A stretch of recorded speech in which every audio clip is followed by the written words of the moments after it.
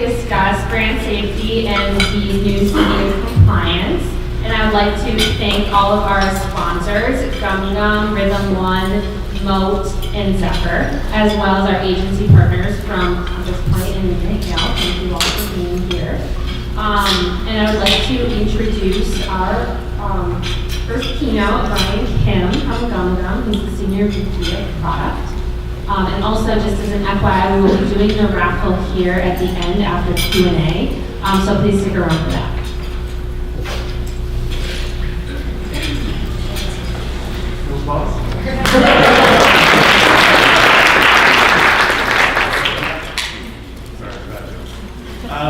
Thank you guys all for being here. I know it's the first time that we've hosted this at lunch, and it seems like it's been a great process. And also thank you to i612 for hosting the event and putting this all together. I know we're all here to talk about CBA compliance and brand safety, so I thought doing a keynote on blockchain was one of the most awkward things that we could start off with. Another bad joke? Okay. Tough crowd. Wow. We're not going to talk about blockchain. We will talk about brand safety and the new brand safety crisis. So I guess to get you guys involved, it sounds like everybody had a really heavy lunch and is falling asleep. So a little audience participation here. For those people who are, I guess, part of clients or agencies, how many of you would raise your hands would say, from your client's perspective, brand safety is one of the top 3 things that they're thinking about for this year? It's a good amount of people. Can you keep your hands up? Just one follow-up question. How many of you would say that brand safety was one of the top 3 things that they were thinking about last year? Kind of. Some hands going down. A little few more. How about a couple years ago? 2, 3 years? Most of the hands are down at this point. So yeah, I mean, brand safety has definitely been, I would say, one of the hot topics this year. And even the definition of brand safety itself has changed a lot over time. And what we want to do here as part of the keynote is to walk you a little bit through what that transitions look like and what are the key themes that are being talked about in 2018, and obviously how that may impact the day-to-day responsibilities that all of you guys have here as well. So first quick quote from the CEO of the ANA. So up until a couple years ago, brand safety was never something that was even discussed even remotely. So you guys are in the norm in the sense that brand safety a few years ago was not a very hot topic. It was probably more related to things like fraud and things like viewability and how to target certain audiences. And brand safety has definitely kind of bubbled up in the last couple of years as one of the most important topics that are being brought up, both from a digital advertising perspective and obviously from a social media standpoint as well. The issues are more common than you think. So 66% of all brands have reported that they've dealt with at least one exposure that's been brand unsafe in the last year. And over 50% of those people have said that they've actually dealt with it multiple times within a 1-year period. So for all of you who have probably dealt with brand unsafe content and issues, you're in the same boat that everybody else is in. And we're all looking at the best ways of how we can address those type of issues. So I'm going to go through a few slides that are going to talk about what people are thinking about brand safety and why it's important and how they're dealing it with right now, just to give you guys context of the methodology of how we put this together. So Gum Gum partnered with Digiday Media at the end of last year to poll and talk to about 200 different industry professionals across both the agency, brand, publisher, and vendor landscape, and put together their results and kind of understand how people are thinking about brand safety and what are the most important things that are being discussed. So previously, as you would expect, when people thought about brand safety, what do they bring up? They would be talking about pornography, sex, and drugs, right? People would be like, I don't want to be on a site that's like TMZ or a site that's just talking about those type of topics. But the reality of what people describe as brand safety now is really hate speech and divisive politics. It's been a very different landscape that people are thinking about. And in fact, if you look at the percentages shown up there, hate speech is twice the size of the second biggest, which is pornography, right? So there's been a shift in how people are thinking about what is considered brand safe and how they want to be associated to brand safe content. When it comes to the frequency, where are brands currently being exposed that they feel are brand unsafe situations? It's disaster, tragedy. We had recent news about the helicopter crash that happened in the Hudson River, for example. Divisive politics, which has definitely been a hot topic since the last presidential election, and obviously fake news, which has been tied to that across both social media and broadcast. So these three have been really kind of the areas that brands are thinking about and focusing when it comes to what they consider to be a brand unsafe environment. From a social media standpoint, it's interesting if you look at kind of the chart here on the right around what's considered to be a safe social platform and what's not. So no surprises, but LinkedIn is thought of as the most safe and professional environment where it's ranked as the highest to be brand safe. The scoring ranking here goes from a -100 to 100, just if you want to understand how far it would go. And Facebook, with a lot of the issues that they've run into lately related to fake news, has the highest brand unsafe score. And YouTube, obviously, with some of the issues that they've run into as of late regarding some of their influencers, has kind of crept itself lower into the negative area. So what happens as a result of these type of different brand unsafe situations that people run into, right? The biggest thing that almost 50% of our panelists talked about was that they deal with social backlash, right? They get somebody on Twitter who reposts it and it goes viral, and next thing they know, they're being described as being tied to a situation that they don't want to be tied to. 18% of the respondents basically said that they're losing at least $100,000, which is not, in the grand scheme of probably a lot of these advertisers a lot of money, but it is a substantial amount that they're dealing with on a regular day basis, and they don't have a way to respond to it most appropriately. Brands say in general that they're involved and that they care about brand safety. So 70% of our respondents mentioned that they are taking brand safety very seriously, but in reality, when it comes to an actual implementation standpoint, we only found that less than half of them are essentially using some form of a brand safety product like Moat or IAS or White Ops or Double Verify from a digital media standpoint, and other things that they're doing from an influencer marketing standpoint as well. And even 15% of the brands responded that they're doing nothing still to this day to deal with brand safety. So the problem here that we're trying to address is that a lot of people are talking about it. There's a smaller pool of those people who are actually doing anything about it specifically.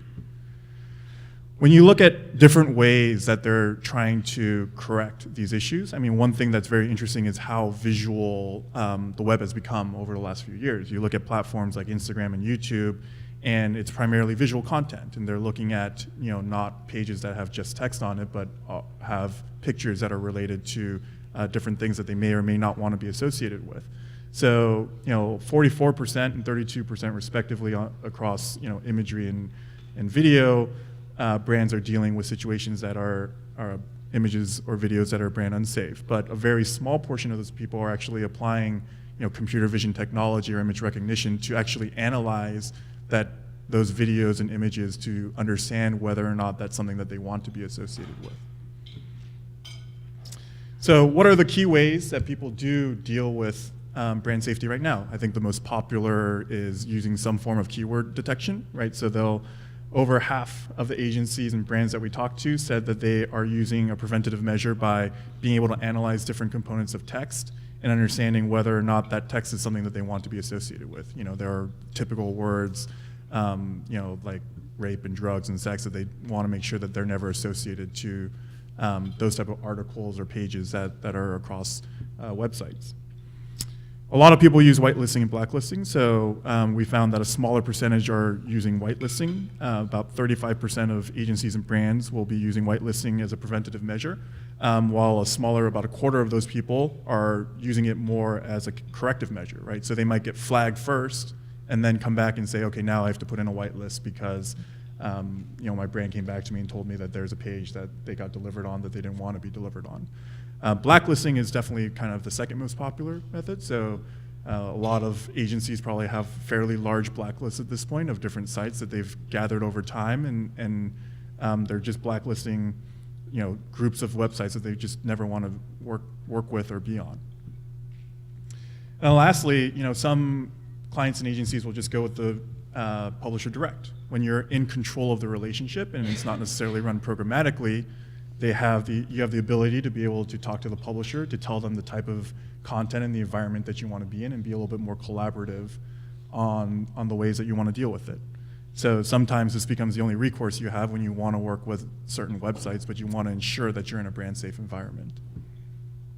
But there are side effects to all these different ways that you might think about applying brand safety. There's decreased reach. So if you're applying a whitelist or a blacklist, there's only so much of that audience that you can get access to because people are browsing all of these different websites.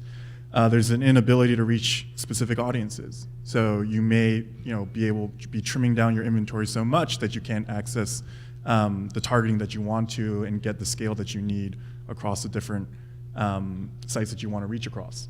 And I think from everybody who's probably here on the agency side, the worst situation is you got to make sure that you spend all your budget, right? So as you're applying all these different layers, you run into a situation where you might not be able to spend your client's budget at the end of the day. And that's money left on the table that you're unable to deliver on. So quick talk about GumGum and what we do. For those who are not familiar, GumGum's an artificial intelligence with expertise in computer vision. The layman's terms of what that actually means is that we train computers to understand what's happening in imagery and video content and identifying different objects, logos, and features that are in those images itself. And we have built a proprietary product called in-image advertising that allows us to display ads on top of photo editorial content across publisher websites. So we work with those publishers and build out an SSP that allows us to deliver that experience in a brand safe environment because we are analyzing that imagery content itself. So how we do that is we process the entire page. We leverage both the text and the imagery across the page to be able to analyze what's actually happening and be able to deliver an experience that's integrated into the website and is in content using that proprietary technology and delivering it in a way that is contextually relevant to the clients that we work with. And just to show a few more examples of how we do is we integrate the marketing messages across a variety of different formats to ensure that we're placed in the different situations that are most important to brands and are visually relevant. So your brand is ultimately safer with us. We apply this computer vision tech to make sure that articles like these or the Hudson River example that I gave earlier, we would never actually show an ad on. And we work with all of the third-party measurement companies as well when it comes to ensuring that both from their standpoint and our own standpoint, we're providing an environment that makes sense to everybody who's within the ecosystem itself. So in conclusion, what have we learned from this analysis that we did last quarter is that when brands are damaged, we all suffer, right? We have to help to build an environment where we can create a more brand safe ecosystem that our clients can work with, and that allows us to be able to handle bigger budgets and be able to deliver them across a wider spectrum of websites and be part of creating a better ecosystem for everyone.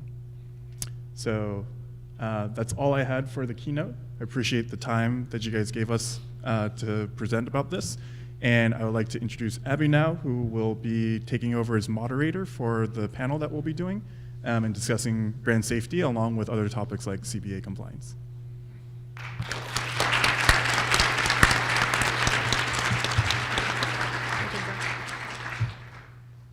Thanks, Brian. With the rise of programmatic media buying, fraudulent traffic, and polarizing news topics, advertisers are more concerned than ever about brand safety. In fact, 78% of marketers believe that their reputation has been damaged or harmed by unintended, unsafe ad placements.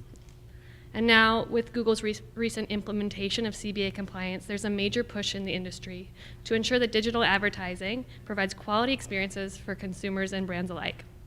Today, our keynote speaker and panelists will be discussing how these recent changes are affecting the digital landscape and what advertisers are doing to address these changes.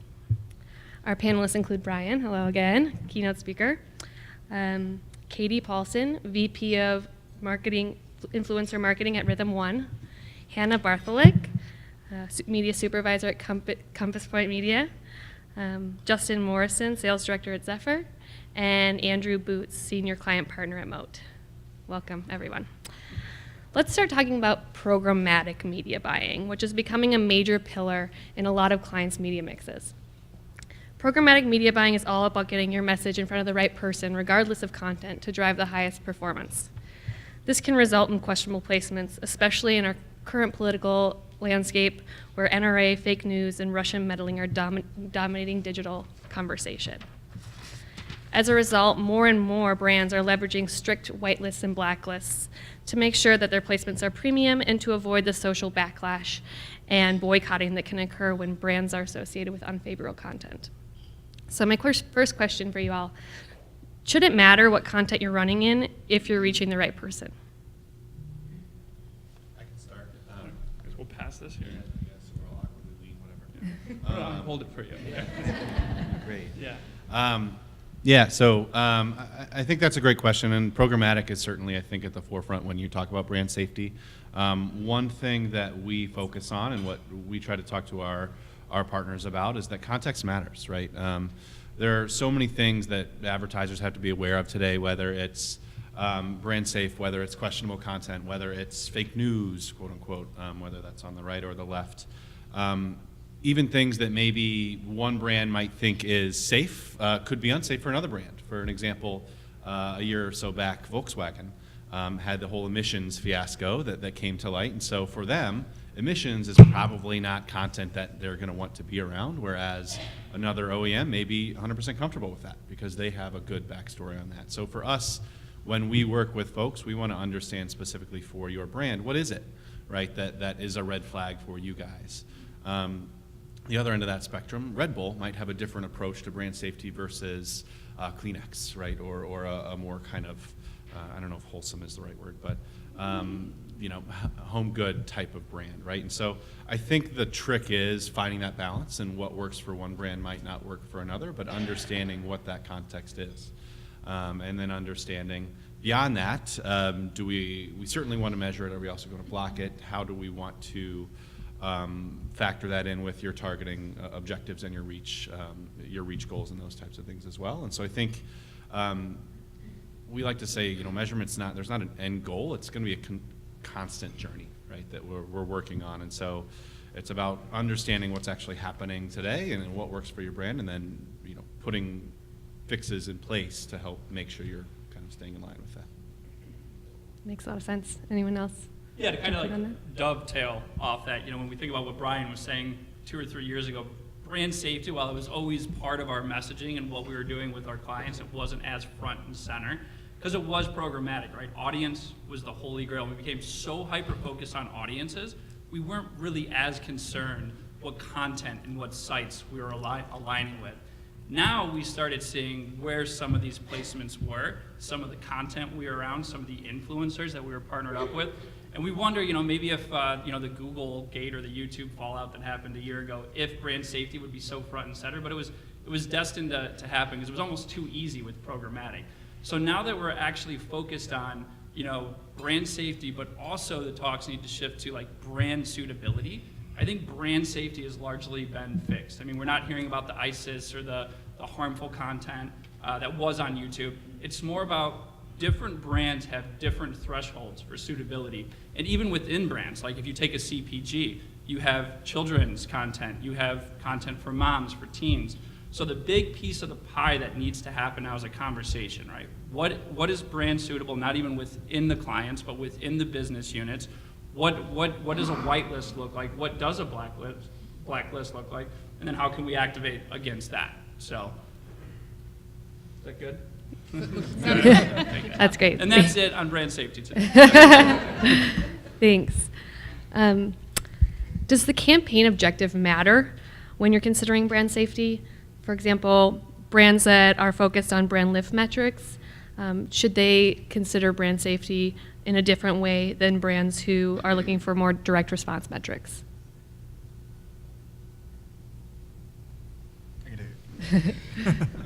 I think what we've found definitely in the last year or so is that it does matter, right?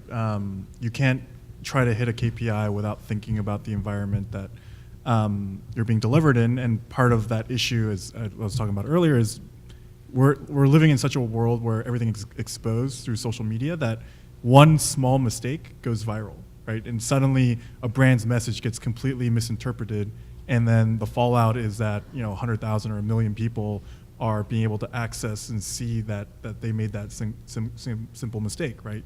To give you an example of that, I think it was H&M, for example, that had one of those a T-shirt with a specific animal on it, and they just happened to pick the wrong person to model for it. And how many people probably cared about buying that T-shirt? Small people to start, but the second that got posted and then reshared with celebrities and athletes and other people who have large audiences, suddenly their brand's being exposed across the board. And they were doing that probably to try to help drive sales at the end of the day across their website. And the ultimate effect that they probably did was that they had to take down the T-shirt and probably nobody bought it anymore.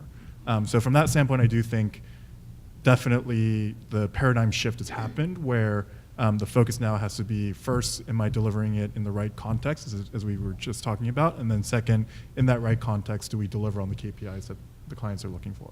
That makes a lot of sense. Great point. Does limiting your advertising to the highest quality inventory help or hinder your performance? I think it has to be kind of a mixed approach, right? Because you have to consider everything from driving unduplicated reach. You have your, return on advertising dollars spent goals that you have to achieve. So it has to be kind of a tactical mix of how do we focus on top level alignment, right? Contextual alignment with our premium publisher partners. How can we also drive, reach with a more efficient view set? But we do have to always keep like a tactical play around, owning a conversation, which you can do through contextual.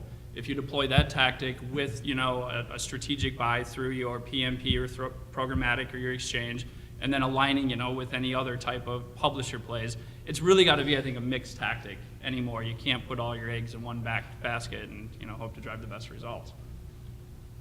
Yeah, I would just add, I think the same goes for like the partners you're using to actually verify brand safety and, eliminate fraud or whatever it might be. Making sure you're challenging them to, it's not all going to be the same for every single partner. It's not going to, we're not all measuring the exact same way. So just making sure that you're, working with multiple or deciding that like you have your own views and pushing them on making sure that they get you what you want. Setting expectations up front. Yeah. Yeah, and just to add to that quickly, I would say a lot of what Andrew talked about in the beginning totally makes sense, right? I think a lot of people, when they think programmatically, they hit the checkbox of, yes, my platform's using IIS or Mode or whoever they're using for their brand safety piece, and they think their job's done. But it's an active conversation that you have to have with your rep or with your partner about what in your mind you consider to be brand safe, and are they doing what you think that they're doing in order for them to deliver on those expectations. And I think that shift has started to happen now, but it was definitely not a conversation that was being brought up about a year ago. Yeah, and that's an interesting point to make. So you have to also consider, you have brand safety monitoring, right? But that happens more or less post-impression. So when that content's already run, like you can argue that the damage has already been done. What we're seeing, and I'm sure you guys are seeing the same, and this goes back to whitelist, how do we start pre-impression, right, at the campaign launch to only work through vetted inventory that we can guarantee has had eyeballs on it, AI, complete evaluation before putting the impression against it. So that's where brand safety and suitability is heading. So it's not just monitoring anymore. It's pre-URL, it's pre-impression, targeting, and then kind of monitoring, and then even now post-campaign deep dives as well. So I mean, there's literally no stone left unturned. There's nowhere to hide anymore. So.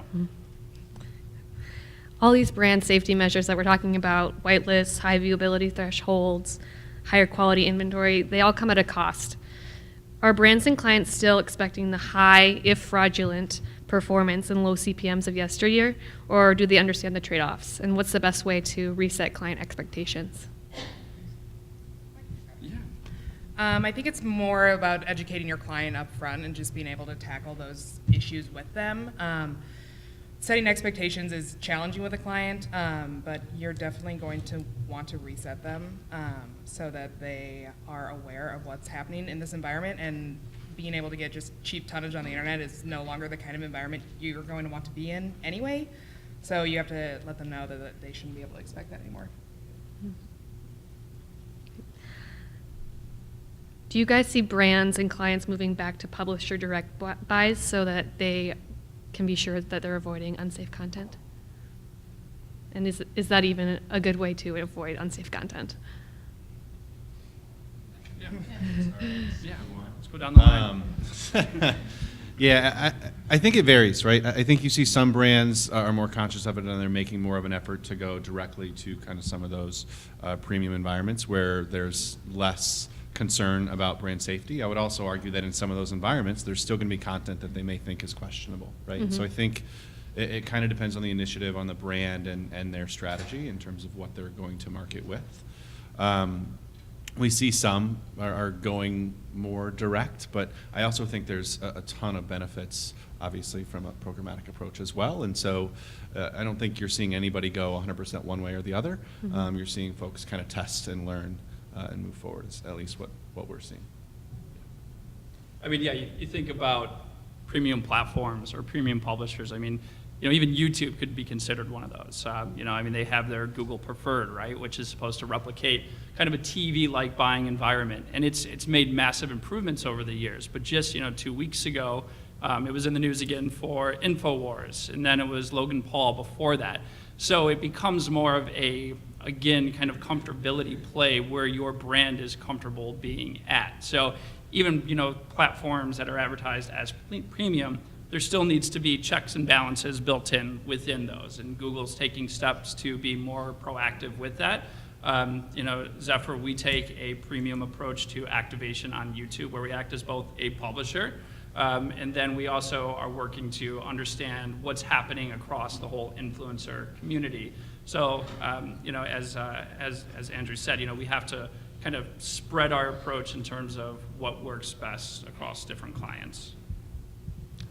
Yeah, when looking at it from an agency side, focus group of one, Johnsonville brand, we're moving our publisher direct things to things that I can't get through my programmatic trade desk. But brand safety is always a concern whether you're going publisher direct or programmatic. Like, no one's ever been like, no, thanks, brand safety. So we're just finding ways with our publishers to ensure brand safety on both sides of the coin. I'd say they pretty much covered it, right? It's not one way or the other. I think you're going to have the issue no matter where you are. You have to use the safe words no matter. Definitely. We've been talking a lot about context and safe content. How does fraud fit into the brand safety picture? I think my view of this would be we don't have a clear answer yet. I ironically was part of a town hall at the IAB Tech Leadership in Palm Springs a few months ago, and this exact same topic came up. We started the conversation related to brand safety, and everybody questioned whether that should include fraud or not. And obviously there's certain ways to address fraud, and there's certain ways to go address brand safety. My personal view is I view them differently, because I think one is a little bit more technical of a solution, where you could have a way where you feel comfortable that fraud is being addressed across the board. And then to Andrew's earlier point, I think on the brand safety side, it is client by client. So saying that you're creating a brand safe environment, there are some baselines that we can all agree on, but you have to be willing to kind of cater towards what your client specific needs are. And that extra level cannot just be done by a simple computer that's going to answer everything for you. So from that standpoint, I would just argue that they are different. Mm-hmm. Both are very important as part of the ecosystem that we all live in, but I think they have to be addressed separately, and that could be one partner or multiple, it doesn't matter, but I think they are very different topics that you have to address. Yeah, I'd say they're definitely different for sure, but I think if I think about something that's brand safe, I think the elimination of fraud is part of that, right? So totally agree that it's separate and you work on it separately, but if I was a client and I wanted it to be brand safe, I would want fraud to be part of that overall solution for sure.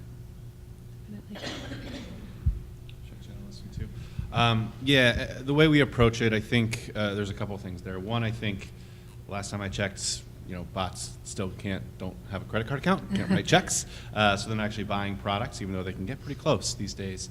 So I think fraud is more, or invalid traffic, whatever you want to refer to it, is more black and white, where nobody wants to be in front of any sort of invalid traffic, where there might be some instances from a brand safety perspective that one brand might be more tolerant of than the other. So I think that one's a little bit more gray than the other. The way we approach it is yes, I think there's different things, but we try to work with our partners on a more holistic kind of measurement and analytics approach to try to understand how both of those kind of play together, where we might be seeing one, where we might not be seeing one. And then beyond that, looking at other things like attention and a bunch of other metrics that we're not going to talk about today. But yeah, I think they're both connected in a way, but they're different also in a sense that one's black and white and the other one's a little bit more gray. That makes sense. With ad blocking and the fact that no one's clicking on display ads, is traditional display dead as we know it? Are native in-feed influencer marketing and PPC the new display? I can take that one. Influencer marketing, yay. So no, I mean, traditional display ads are not dead by any means. There's a lot of money running through that. I think we can all agree to that.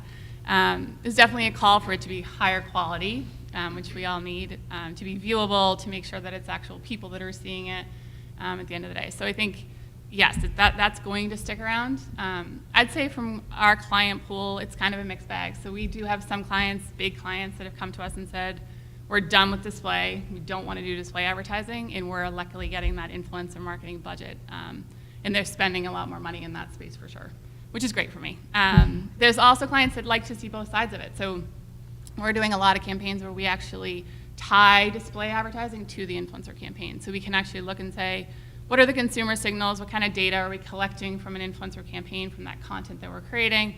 And then actually find those people that have reacted to the content again in a programmatic environment through display ads. In that instance, the way that works is because people want to see the ad at that point, right? They've shown some sort of positive reaction, previously, so then that show them something that is relevant to them, that they're excited to see again, hopefully. And we've seen that actually working as far as getting people to convert. So I'd say there's definitely room for the display advertising to get better, for sure. And there's ways to sort of connect them into the native environments and the influencer marketing environments. But I don't think that, it's going to be dead for really Right. ever. Yeah, they played very different roles. Right. A couple of you work within influencer marketing, so let's talk more about that. There's been some high-profile incidents, like Justin alluded to, with YouTubers like Logan Paul, who has recently come under fire for posting controversial content. This has shown that influencer marketing can lead to brand safety issues as well. So what type of safeguards can brands put in place when looking to leverage the clout of a social influencer? And are there any considerations that are often missed? Sure. I'll take this one. And I'll let Justin speak. So yes, absolutely there need to be safeguards in place, and I hate when one influencer gets everyone so worried, like a Logan Paul situation. I'd say there's 3 different things that you have to keep in mind. The first one is, what is your brand threshold for the type of content, right? Like, if you're working with a very conservative brand, you want to be careful. If they come to you and tell you they want to work with Logan Paul or somebody else, like that, right? It doesn't have to be a YouTuber, but someone who is making money by, slapstick comedy or shock comedy or whatever it might be, we'll take a step back and say, are you positive you want to work in that space, right? Are you sure you want to work with someone that's that edgy? Yes, you're definitely going to get the views that you want. You're going to reach a ton of people. Maybe you're going after that, dude sort of target audience, so that's a great fit. But we'll question them and say, can your brand handle this? Are you too conservative to do this type of thing, right? So I think really understanding the client at the end of the day and making sure that you ask those questions. We recently did a campaign for a sneaker client, and not super conservative of a brand, but their target was, or the influencer they wanted to work with, they called them the anti-hero, which is basically not mainstream, well, maybe a little weird, definitely edgy. And we definitely took a step back and said, are you sure you want to do this? And they said, yes, we're sure we want to do this. And we said, okay. And we actually in the contract had, okay, for the length of the campaign, please don't do anything crazy. You cannot hold them to that for the rest of their life, though. They're people at the end of the day, right? And I think consumers understand that, right? So if a year from now they do something crazy, the sneaker brand isn't going to be held accountable to that. So that's the first piece. I think just be careful who you partner with. The second thing is make sure you're using the data and the technology out there to find the influencers that you don't want to work with, right? So, measuring more from a fraud perspective. if they have, you know, really, really low engagement rates but huge number of followers, or they have a massive amount of followers from a specific location, if they have huge spikes in engagements or huge spikes in followers, you know, at 3 a.m. on a Tuesday or something to that effect, there's systems and data and technology that are capturing that and use that. Like, flag them, don't use them, get them out of your system or get them out of your influencer pool, whatever it might be. And then the last piece is actual human touch, right? So these are human beings at the end of the day. I firmly believe that you need humans on the other side that are actually vetting these people. And to say, take a step back, is this influencer a good fit for our brand at the end of the day, right? Is the content they're creating, is the aesthetics of the site, or the clothes that they're wearing, like every single piece of it. Spend the time, spend hours looking at backlogs of content, and really just have that gut check at the end of the day. And whether the client's doing it themselves or they use a company to do it, but I think more people are missing that piece. So. Mm-hmm. Have any of you guys seen clients or brands shy away from influencers in the wake of Logan Paul specifically? No, not at all.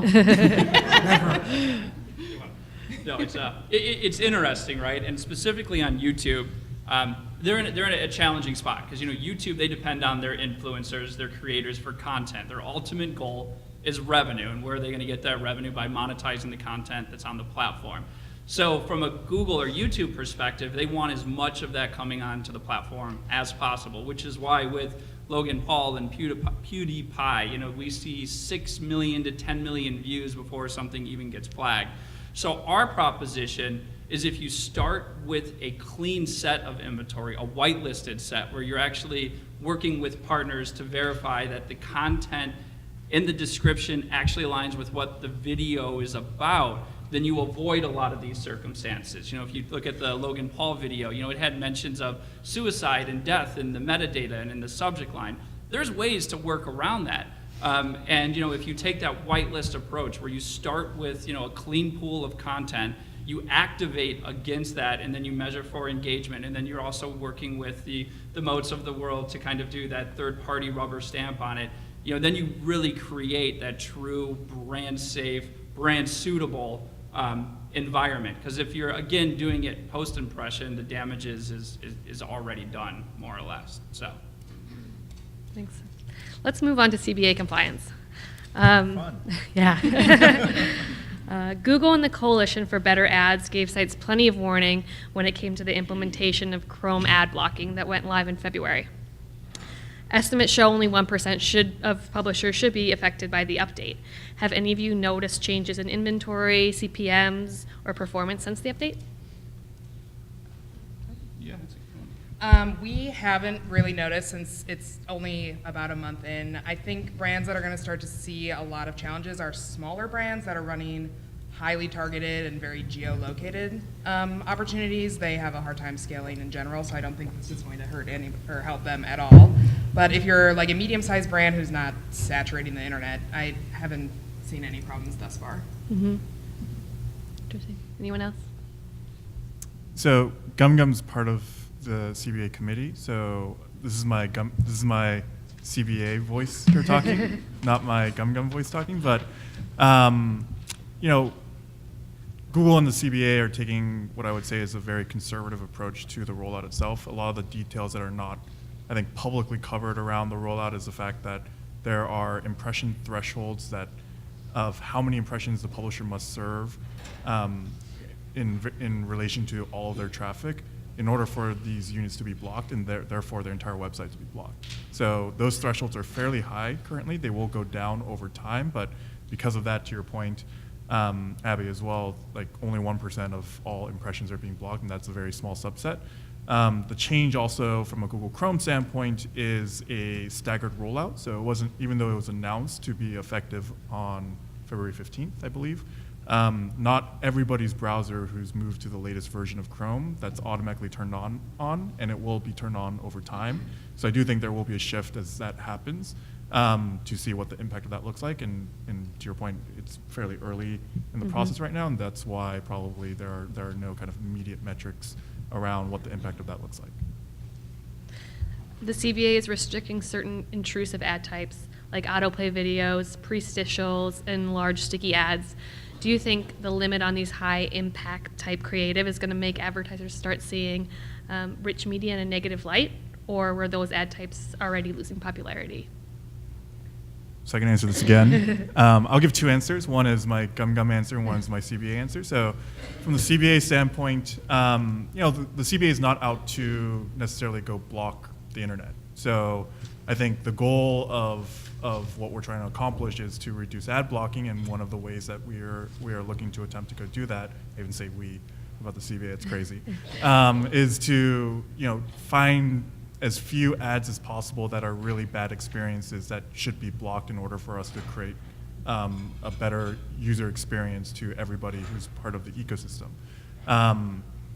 The flip side of that, I would say with my gum hat on, is that yes, the paradigm shift has happened as a result of that, and there are units that have probably performed very well from an agency and a client standpoint that can no longer be run on at scale and deliver on those KPIs. And I think as a product person, as somebody who thinks about ad innovation and things that we can do from that standpoint, we do have to kind of put those guardrails in place and think about the user first, and then come up with still experiences that will be good for the user and for the end client and the KPIs that they're trying to deliver on. Yeah, I think it goes back to if you're serving an ad that somebody wants to see, and not to say that any of us necessarily want to see an ad, but if it's relevant to you and it's something you're interested in and you potentially might actually click on it and buy something, then I think it's okay if it comes in different forms, right? I mean, definitely crazy, flashy, rich media I think is declining, but I don't think that it doesn't matter as much, I don't think, if no matter the format really, as long as it's something that people care about and actually got served it for a reason versus just getting, blasted. Yeah, from our perspective, I think it's a good thing as well, because it's almost helping to fix the user experience altogether. Like, if we don't do anything now, users that have implemented blockers are just going to increase in the future, and then it becomes a bigger problem for everybody. I think a lot of what it cleans up are those bad experiences that historically may have looked good in some metric or another, that you can go back to your team and say, oh, this is great, a ton of people completed this video, right? But really it was that either the silent one at the bottom that just played and took up bandwidth, or maybe the sound was on but I didn't know where it was coming from, type of thing, right? And so I think it's helping to clean up a lot of those areas, and I think as an industry, it's kind of inherent on us to say, hey, enough is enough with that, and maybe we should start shifting on different types of experiences. And I think there's still going to be a good time and place for those rich media takeovers in the right environment, in the right context, and in front of the right user. So I don't think those should go away. I think it's almost just trimming the fat of those poor experiences that have kind of given the internet a bad name in some cases. All right, to wrap up, what's one aspect of brand safety that you don't think that advertisers are thinking about, but they should be? Yeah, I'll take that one, I guess, first. So again, we hear so much again about blacklists, and it's almost come to the point where it's like death by 1,000 paper cuts. People are picking up dictionaries and just pulling out words. And let's blacklist this word. It could potentially be bad. And it's around, again, because brand safety has consumed so much of the headlines out there. I love it that some of our clients, the advertisers, the brand side, and the agencies are now coming actually to the table to have a conversation. Again, like what I started saying in the beginning around, let's actually define what is brand suitable. We don't even want to talk about what's brand safe. We want to talk about suitability on a brand by brand, say that 100 times, brand by brand basis, to actually understand like what this comfort level is within this specific client.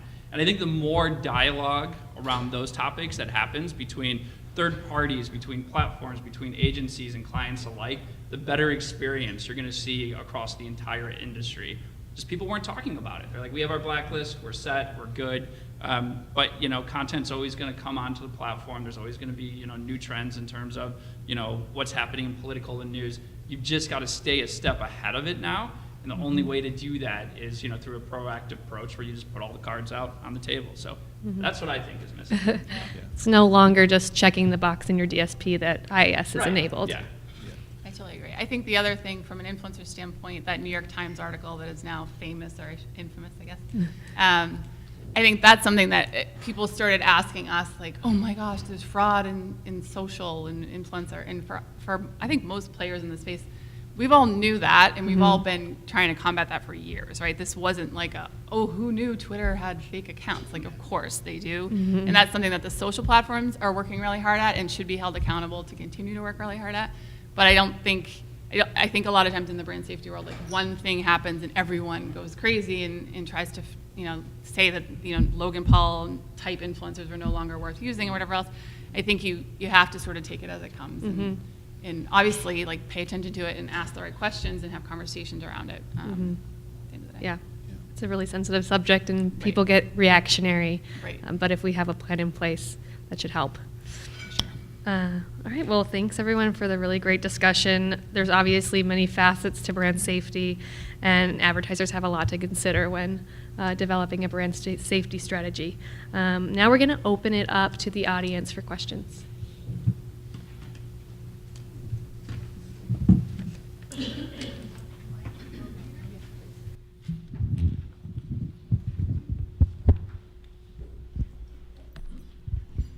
Hi guys. So I think there's a lot of measures that have been put into place for like measuring, like a moat or an IAS, measuring things as they're happening after the impression ran. And I think there's probably more companies that are going to come into the space to help block things before they get there. So obviously there's your grape shot. What other companies are coming up to do like the pre-work so that it doesn't even get there? I can take that because Rhythm One does that. Oh, I meant little bit I of a work plug. with one, but like I didn't mean that. I actually meant other companies too. Okay, Yeah, so I aside really from Rhythm wasn't One, who else is doing it? Zephyr. Gum Gum, we do I'll it take as this well. I one now. swear, you guys, seriously. Well, I think one thing that's interesting in terms of the whole pre-bid conversation and whether you're talking about viewability, brand safety, IVT, all of those things, there are the grape shots of the world, and certainly we're trying to do it as well as some others that are trying to do it kind of across everywhere. Where it gets tricky is within one DSP to the next. A lot of it is kind of inherent on that specific technology, right? So we say all the time, we're happy to give you the outputs or the data feeds that you need to do it, but unless they're motivated to actually implement it and put the dev work in to make it feasible, that's where it becomes more of a challenge. So for us, I think, I would assume our competitors can also do this, but we can fire pixels on a lot of things. We can figure a lot of things. We have a lot of historical data at an impression level that we're able to feed in and provide those inputs. The question is on an output level, what does that actually look like? And then are they willing to actually put forth the resources to make something like that happen? I would also add, there has been a lot of news these days around the SSP side of it, focusing on the ad quality component of it. So, OpenX committed $25 million for the next year. That'll be focused around ad quality. I think Rubicon just announced a very similar thing this year as well. And they are probably the most primed to be proactive from a publisher standpoint of just like monitoring the publishers they want to work with, whether they want to keep them within their exchanges, and then therefore helping everybody else who's upstream, whether they're a provider, a vendor, or the DSPs themselves. So I do think there's a lot of action that is starting to happen from the SSP side. And I would assume more of these type of announcements will come out in the next 6 months. Yeah. And I think the ads.txt initiative is really going to help across all of the SSPs to do that. It's not blockchain, but it's similar in a sense that you can start seeing everything, where it was bid on, where it came from, all of those details to make it, clean it up, hopefully.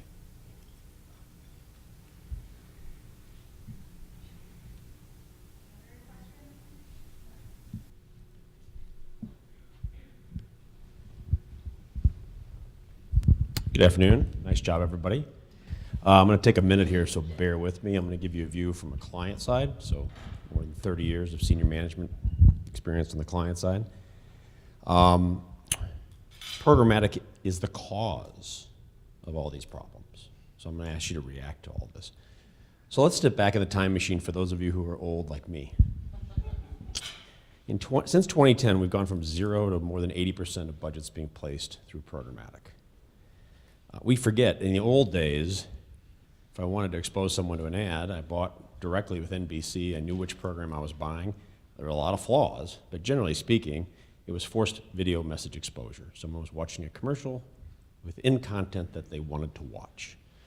Since then, programmatic has taken over, and basically programmatic itself is based on one central proposition, that it's commoditizing an impression. An impression is an impression. And we get clients hooked on the heroin of low CPMs, right? Guess what? If you buy a lot of junk, I can get your CPMs down. And that's exactly what the industry's done. So let me ask you, does context or texture matter? If I get an impression, whether it's streaming or through the networks, on NBC, on NFL playoffs, or I get an impression in an Andy Griffith rerun on MeTV, which one's more valuable to the client, generally? Did anybody think that the NFL impression isn't more valuable? Time-sensitive content that people are watching and really interested in versus a rerun of a show that's played incessantly for the past 30 years? Of course, one's more valuable than the other. Context and texture matters. It absolutely matters. But we've created this process where there's this gigantic separation from the client and the publisher, right? I no longer know. First of all, I spend $1 in digital and maybe 40 cents of it, if we're lucky, actually gets to the publisher. Who's taking all that money in between, right? And then I've got reselling. Is somebody actually seeing my ad, or is my position being resold any numbers of times, and fraud, and et cetera, and et cetera, and et cetera? It's the process that's causing these problems. And then we get to the ineffective buying process. Nobody ever stops to say, wait a minute, my bid to win ratio is 15% if I'm lucky? What does that do? It puts the buyers in a position of panic. All they're doing for the month, and we all know this is true, is by the end of the month they're panicking, trying to find some inventory to fulfill on the buy, which means, give me any crap, I got to get this thing filled. It puts the buyer in an ineffective leverage position for buying, because we've assumed that going into the open marketplace with all kinds of exposures out there, and I don't know where they're going, is okay for the client. It's not okay for the client. We need direct. We need quality impressions. I need to know that my ad is being seen. Influencers is important, absolutely, but it's not new. 10 years ago, Michael Vick got caught in a dogfighting ring. He was an influencer. So those things are new. Influencers will always be important, but the problem is the lack of transparency and connection between the client and what they're buying. So I'm asking, after that whole soliloquy, sorry about that, guys. I'd ask you to comment on that, which is, I don't think the industry has created this beast, and the industry is reticent to say, we've created this beast and we need to solve for this. So the fact that brand safety is just now coming up, I can tell you that having been a client, it had never just come up. It was always important, as was fraud, as was effective exposure. So remember, we went within a decade, we changed 60 years of advertising patterns, where broadcast television was by far the largest medium of expenditure in the industry. And within the past decade, it's now internet, because we've rushed to spend all this money because Google says last touch is really, really valuable. So can we start going after some of these emperor's new clothes, and I'll leave it at that. So thank you. Yeah, I think that was great. Thank you for bringing all of that. I mean, at Zephyr, and I'm sure here at the rest of the table, I mean, our whole proposition is that context is king. I think if you go to Zephyr.com, it's front and center. And what's interesting, when you think about how you buy linear and broadcast, you know, that audience is so massively important to you. And if you go out and you buy Fox, right, you don't just buy Fox as a network, because you could end up in front of Cops or American Family, or not American Family, what is it, American Idol, right? So two completely different audience, two completely different conversations. And linear and brands, they loved that comfortability, that, look, that's what they're going to surround. For some reason, you know, we kind of parted ways with that in digital. Again, it became about following the audience across any site, anywhere that they live, just hoping that we could find them, that we forgot about content alignment. So there's no reason why you have to abandon that approach anymore. The tools are out there so that you can replicate that same experience. You know, context absolutely drives better results. I mean, this is client dollars. These are your clients' dollars that you're putting out there, and that potentially are just, you know, running across misaligned content. That's impression rates, right? I mean, that's something that we can eliminate now if we take the right content, align it with the same kind of messaging that is within the creative. We can layer on our audiences if that's a must, and then we can actually see reach increased. You see, you know, long-term brand equity increase. You see all those top-level metrics from purchase intent, ad recall. We've all done studies with IPGs of the world that actually say there's a direct correlation between context, and purchase intent. So I think now that the conversations have shifted away from, programmatic and cheap views and efficiencies, the problem is, though, is the juice worth the squeeze? There's a lot of brands and agencies that want these premium experiences. They want to layer on, viewability guarantees, DAR guarantees, but they want it at the same rates. So there's got to be some comfortability discussions around, having a little bit of tolerance for some of these higher costs if you want to be around better conversations and better content. Just from my brand perspective, when looking at ingredients, you have to look at them holistically. Definitely running broadcast for mass reach is the way to go, and it is a very safe, and you get to control a lot of it.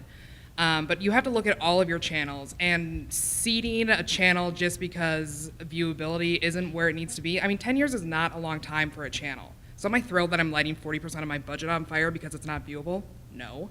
But are my competitors there? Absolutely. So I definitely need to be in that space. And I'm taking the steps necessary to make sure that I'm in the correct content, that I'm optimizing my viewability to the best it is, so I'm being mindful of my clients' dollars. Yeah, so I know the focus of a lot of today's conversation has been on brand safety, and so we haven't gone too much into the viewability, and we've done a little bit of invalid traffic, but from our perspective, we think they're all connected, quite frankly, and at the end of the day, what we're trying to do is deliver the clients that we work with and work for quality ad experiences. As a user, that's what I want to see, is a quality ad experience. How many of you click on ads? Probably not many, right? What are we all doing? We're selling ads, right? So there's going to be something that intersects there. So I think at the end of the day, when we work with our clients, that's more what we focus on. Is this a quality experience? Most people hear Moat and they think viewability first. We focus on attention, and I would argue an ad served in a brand safe environment in front of a human. They saw it for 1 or 2 seconds. Yeah, that checks all of those boxes. Was that a good experience? Did that get my client or my customer to go in and buy my product? I would argue 1 second in front of me probably isn't going to change my mind on whatever you're trying to sell me, right? So we oftentimes, the conversation shifts towards what metrics should we focus on? And yes, I think invalid traffic and brand safety, those are kind of table stakes that you want to make sure those boxes are checked. I would also argue you want to go beyond just viewability. Like, how long was it in front of my audience? If it was a video, how long was the sound on? Did they hover? Did they interact? Let's look at this at YouTube is a great example. YouTube gets really high viewability. Brand safety will not touch that one for now, but those ads, you're kind of forced to watch 5 seconds of that video, and hopefully as a brand you have your relevant message in that first 5 seconds, but it's going to score really high on viewability. When we work with clients that run on YouTube and in those environments, we say, hey, let's not even look at viewability at all because most of them are viewable. Let's understand at the end of the video, was the sound still on? Was it still in front of my audience? How far did they actually watch and listen to that video? So for us, I think that's what it kind of comes down to is attention and it's quality ad experiences, and it's working with our partners to understand based on the environment and the context and the message, right, what is the appropriate things to look at here? What should our KPIs do? Because ultimately what we want to do is tie those back to business results, and that's a whole other conversation, but we can theorize, but we want to be able to prove, hey, these specific metrics get people in store, or get people to buy our product online, or get people to sign up, or whatever that end KPI is. So I think as an industry, it should be a more holistic approach, and we kind of, have the tendency to shift back and forth, but at the end of the day, we should focus on quality ad experiences, and that's kind of what this whole conversation should be about, and yes, brand safety is a big piece of that, but I don't know, I just rambled, sorry. But that's kind of our approach, and that's what we try to work with people to do, is understand how and where is our audience paying attention.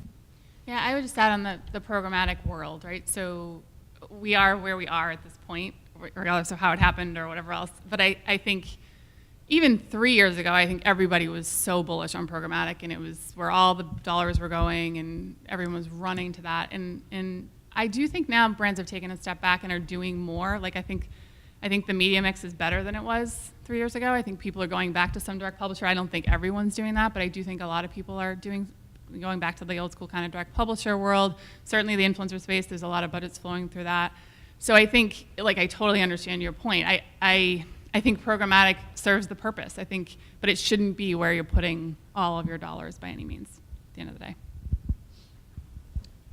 Thank you so much. So, a couple of things. I know people would like to get out of here soon. I want to thank everyone for coming. I think this was way more people than we were anticipating. So thank you so much. I think we'll want to continue doing lunch events moving forward. Thank you to our sponsors and for all the great questions in the audience as well. And thanks as well to our moderator. We have a couple of housekeeping pieces. So we do have the raffle. And while we're kind of getting set up for doing that, our next event is going to be a karaoke event in April. You can visit our website for the full list of dates for the rest of the year. Yeah.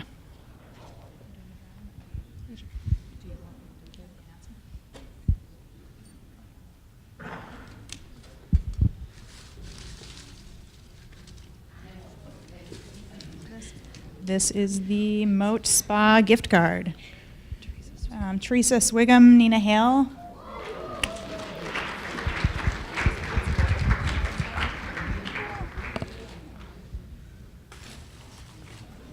We have the Delta gift card from Gum Gum.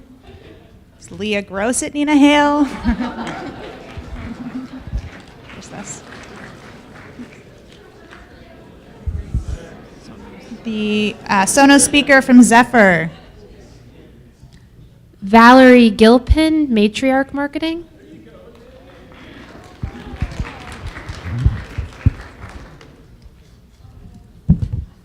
Running out of space. Perfect. And last but not least, the Visa gift card from Rhythm One. Hannah Peterson from FRWD.